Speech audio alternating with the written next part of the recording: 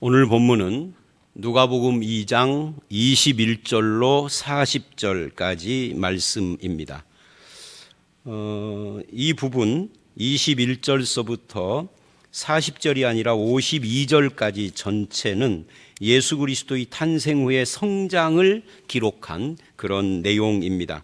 그 중에서 21절로 40절, 매일성기 40절로 그렇게 잘랐는데요. 저는 39절까지로 생각을 합니다마는 이것은 성전에서 만난 아름다운 두 노인에 대한 그런 기록입니다. 먼저 21절서부터 35절은 시므온 이야기입니다. 그리고 36절서부터 39절은 안나에 대한 이야기죠. 시므온과 안나입니다.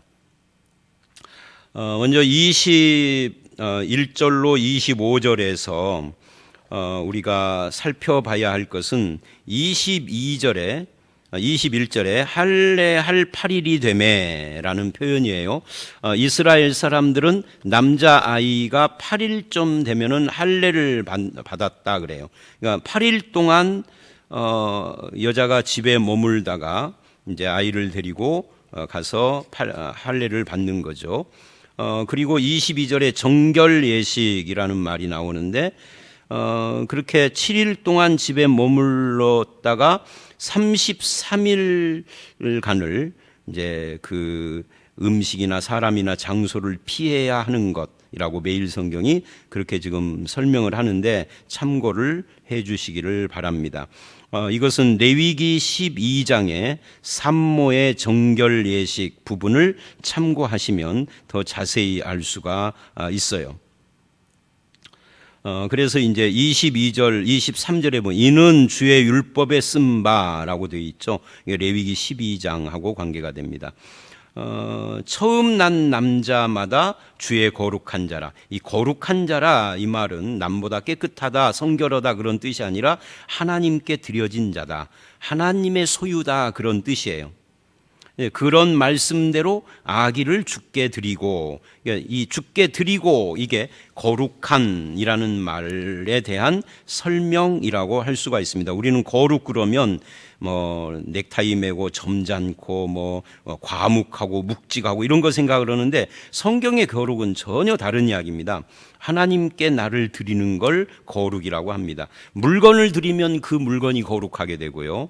사람을 드리면 사람이 거룩하게 되고 그러는 거예요. 그래서 주님의 것입니다 라고 고백을 하는 것, 이거를 거룩이라 하는 겁니다. 또 24절을 보면 주의 율법에 말씀하신 대로 산비둘기 한 쌍이나 혹은 어린 집비둘기 둘로 제사하려 함이라. 자, 이게 참 재미있어요. 이건 뭐냐면 예수님과 그 가정이 얼마나 가난한가를 보여주는 겁니다. 이게 레위기를 보면 하나님께 제사를 할 때 소나 양이나 염소나 이런 걸로 하는데 그런 걸로 할 수 없는 사람들은 어떻게 할 것이냐 할 때 산비둘기나 집비둘기로 해라. 그래서 가난한 자들을 위하여 제사의 길을 열어놓은 거거든요. 이걸 통하여서 이 누가복음은 다른 어떤 복음서에도 안 나오는 내용이잖아요. 또 다시 한 번 더 가난한 자들이 소망이 되시는, 가난한 자들에게 복음이 되시는 예수 그리스도를 보여주고 있어요. 우리 가운데 가난하여서 경제적으로 고통받는 사람들이 있으면 예수님의 부모들은 너무 가난해서 양이나 염소나 소로 제사를 드릴 수 없어 산비둘기로 드렸다. 이거 꼭 기억을 하시기 바랍니다. 우리로 말하면 어떤 분은 주일날 헌금을 주일 헌금 11조 이런 거 말고 주일 헌금을 10,000원을 하는데 나는 100원짜리 동전 2개를 넣었다 하는 거고 비슷한 거죠. 근데 하나님은 그 10,000원을 하신 분과 100원짜리 동전 2개를 하신 분 어느 쪽도 차별하지 않으세요. 둘 다의 하나님이신 거죠. 가난한 분의 소망이 되시는 주님을 보여주고 있는 겁니다. 여기서 우리는 또 한 가지 알 수 있어요. 21절서부터 24절에서 율법에 순종하시는 예수님과 그 부모들이다. 할례도 받고 제물도 드리고 율법의 기록된 대로. 그럼 율법에 순종하시는 이유가 뭐냐? 율법 아래 있는 자들을 속량하기 위해서다. 이것이 이제 갈라디아서나 로마서에서 하는 말이죠. 이 속량을 위해서 율법 아래 나셔서 율법의 요구를 성취하신 거예요. 그렇게 함으로 우리에게 자유를 주신 거죠. 갈라디아서 4장 4절로 5절입니다. 율법의 저주에서 속량하신 예수님은 이제 그를 믿는 자가 더 이상 저주 아래 있지 않게 하신 겁니다. 그리고 심령이 가난한 자를 품으시는 주님, 가난하고 낮은 자들에게 소망을 주시는 그런 주님이신 것을 보여준 거예요. 그리고 25절을 보면 예루살렘에 시므온이라는 사람이 등장을 합니다. 이 사람은 의롭고 경건하여 이스라엘의 위로를 기다리는 자라 성령이 그 위에 계시더라 라고 설명을 해요.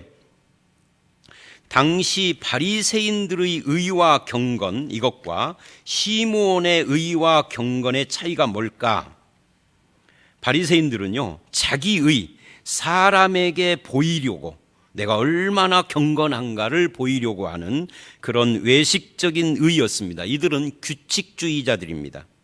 근데 시므온의 의는 그런 의와 다릅니다.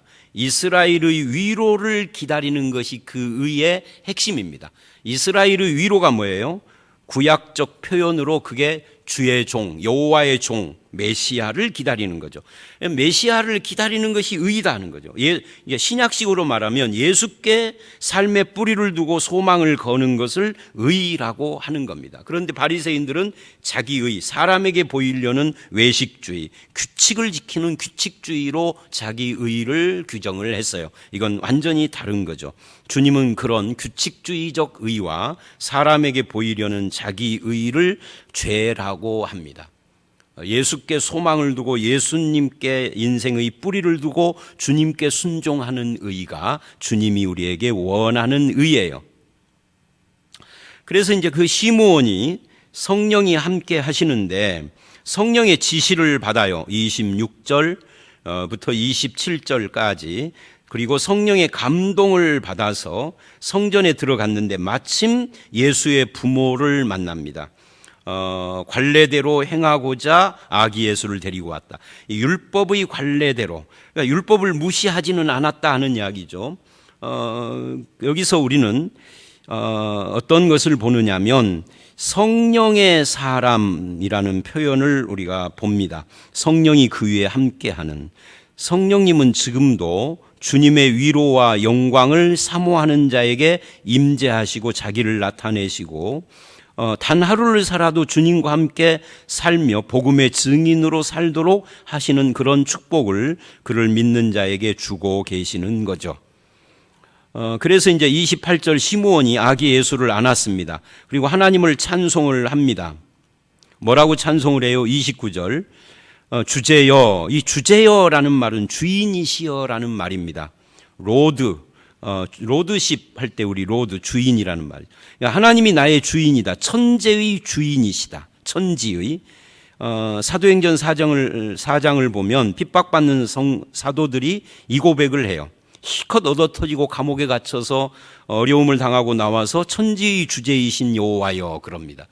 아니, 천지의 주제시면 감옥에 안 가게 해보셔야지. 매를 안 맞게 하셔야지. 핍박 안 받게 우리를 막아주셔야지. 그게 우리 생각인데 사도들이나 성경에 나오는 인물들은 그렇게 생각하지 않아요. 내가 매를 맞고 핍박을 당하고 어려움을 겪는데 그래도 하나님은 천지의 주인이시다. 이렇게 고백을 하는 거예요. 그게 신앙이죠. 이것은 이 시므온이 얼마나 하나님의 위로이신 메시아를 간절히 기다렸는가 하는 것을 보여줍니다. 이제는 말씀하신 대로 주의 종을 평안히 놓아주시는도다.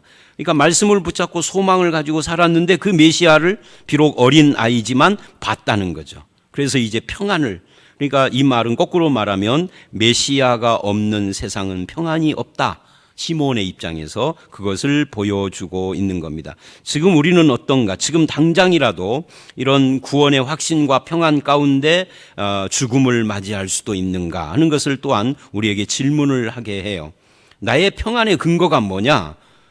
주님의 말씀과 그것이 성취인 메시아 예수 그리스도가 나의 평안의 근원이 되셔야 합니다. 30절 31절을 보면 내 눈이 주의 구원을 보았사오니, 그러니까 왜 평안하냐를 지금 설명하는 거예요. 이는 만민 앞에 예비한 것이요 이방을 비추는 빛이요 이스라엘 땅의 영광이다. 그러니까 하나님이 예비하신 구원을 내 눈으로 보게 하셨으니 내가 얼마나 평안한가. 이제는 죽어도 여한이 없습니다. 이렇게 지금 말하는 거예요. 그분이 누군데? 이방의 빛이요 이스라엘의 영광이다. 그러니까 예수님의 구원이 단지 이스라엘에게만 멈추지 않고 온 세상의 영광이 되고 빛이 된다라는 차원에서 이 시므온은 상당한 이 구원, 예수 그리스도에 대한 지식을 이미 갖고 있는 거예요. 그러자 그 말을 들은 예수님의 부모가 놀랍게 여겨요. 33절 그리고 34절 35절 시므온이 기도를 하고 축복을 합니다. 뭐라고 하느냐면 이는 이스라엘 중 많은 사람들에게 패하거나 흥하게 하며 비방받는 표적이 되기 위하여 세움을 받았고. 이 보세요. 예수님이 누구냐 할 때요. 패하게 하는 표적, 흥하게 하는 표적. 우리는요. 예수님 그러면 흥하게 하는 표적만 생각을 해요. 아니요. 예수님은 흥하게 하는 표적도 되지만 패하게 하는 표적도 되고요. 비방받게 하는 표적도 됩니다. 이 한쪽으로 쏠리면 안 돼요. 양쪽이 다 있는 거죠. 그러더라도 예수님이 우리의 소망인 거죠. 감사한 것은 그런 예수님의 표적이 우리에게 구원이 됐다는 거예요. 35절 칼이 네 마음을 찌르듯 하리니 이 마리아의 마음 이게 십자가를 이야기를 하는 겁니다. 이는 여러 사람의 마음의 생각을 드러내려 함이라 하더라. 그러니까 예수님의 십자가에서 사람들의 마음을 다 드러내셨어요. 마리아는 어머니로서 칼이 마음을 찌르는 것 같은 그런 아픔을 당했고요. 예수 그리스도 앞에서 사람들의 생각이 노출되는 이걸 통하여서 회개하는 자는 구원에 이를 것이요 흥하게 하는 표적이 될 것이고 그렇지 않은 자는 패하게 하는 표적을 받게 될 것이다 하는 것을 보여주고 있는 거죠. 그리고 36절로 39절에는 안나 이야기가 나옵니다. 아셀 지파의 비누의 딸 안나라는 선지자가 결혼한 후에 7해 동안 남편과 살다가 과부가 돼서 84세가 되었다. 그러니까 거의 70몇 년을 과부로 산 거예요. 엄청 오랫동안. 참 안타까운 이야기죠. 몇 살에 결혼했는지가 안 나왔기 때문에 정확하게 과부된 횟수를 계산하기는 어렵지만 한 60년 정도 과부 생활을 하지 않았을까요? 그런 생각을 해봅니다. 아니면 한 50년을 했던지. 하여튼 84세가 된 사람인데 금식하며 기도하고 섬기는 그런 삶을 살았습니다. 보통 이스라엘은요, 여자가 12세에서 16세 사이쯤 결혼했다고 그래요. 그리고 7년을 결혼 생활을 했으니까 12세면 19세 과부가 됐다는 거잖아요. 과부가 되고 84세가 되었더라. 그렇게 이야기를 하니까 계산이 약간 되죠. 이 오랜 세월 동안 과부로 살다가 그 안나가 가지고 있는 그 오랜 세월을 어떻게 견뎠는가라는 그런 설명을 이 본문은 뭐라고 하느냐면 이 안나의 소망에다가 맞춰서 해요. 무엇을 위해서 기도하고 금식을 했느냐. 38절을 보면 마침 이때 그럽니다. 그러니까 드디어라는 뜻이죠. 드디어 이제 하나님께 감사하고 예루살렘의 속량을 바라는 모든 사람에게 그에 대하여 말하니라. 그러니까 이 안나도 그에 대하여 말하니라. 즉 메시아에 대한 소망입니다. 그러니까 오실 메시아에 대한 소망을 붙잡고 84세가 되는 동안 그 수십 년의 과부 생활의 소망으로 삼고 살아왔다는 거죠. 그리고 이제 마침내 그 소망이 이루어지는 걸 봤는데 그 소망이 이루어진 것이 뭐예요? 예수 그리스도입니다. 그러니까 이거는 오늘 우리들에게도 예수 그리스도는 우리의 마음의 소망이 되시는 분이다 하는 것을 보여줘요. 우리 가운데 안나처럼 과부가 된 사람이 있어도 그 과부된 분들의 소망이 뭐냐 할 때 믿는 사람이라면 예수 그리스도가 소망이어야 하는 거죠. 예수 그리스도의 역할이 뭐냐는 거예요. 소망 주는 분이에요. 꼭 과부에게만이 아니라 가난한 모든 자들, 삶이 힘든 모든 자들, 경제적으로는 부유해도 마음으로 고통 있는 모든 분들, 염려, 근심, 걱정 있는 모든 분들에게 소망을 주시는 분이 예수님이다 하는 것을 보여줍니다. 그리고 이제 율법을 따라 이제 자기 동네 나사렛으로 돌아가고 40절 아기가 자라며 강하여지고 지혜가 충만하며 하나님의 은혜가 그 위에 있더라라고 마무리를 해요. 사실은 이건 성장에 대한 이야기이기 때문에 저 개인 같으면은 내일 말씀으로 붙이는 것이 더 좋을 것 같습니다만은, 그러나 매일 성경은 이거를 오늘 말씀으로 했어요. 때가 되면 저절로 자라는 것이 인간입니다. 근데 이 성경은 아기 예수가 자라는 것이 하나님의 은혜라고 말을 해요. 이 자라는 것, 그리고 지혜가 충만하여지는 것. 우리가 자라는 것은 저절로 되고, 지혜는 공부하고 읽고 뭘 경험하고 해서 된다라고 우리는 생각하지만 그것도 다 하나님의 은혜 가운데 되는 것이다 라고 말하고 있습니다. 자연적인 성장이든 공부에서 이루어지는 지혜 지식이든 하나님이 함께 하시지 않으면 안 되는 거죠.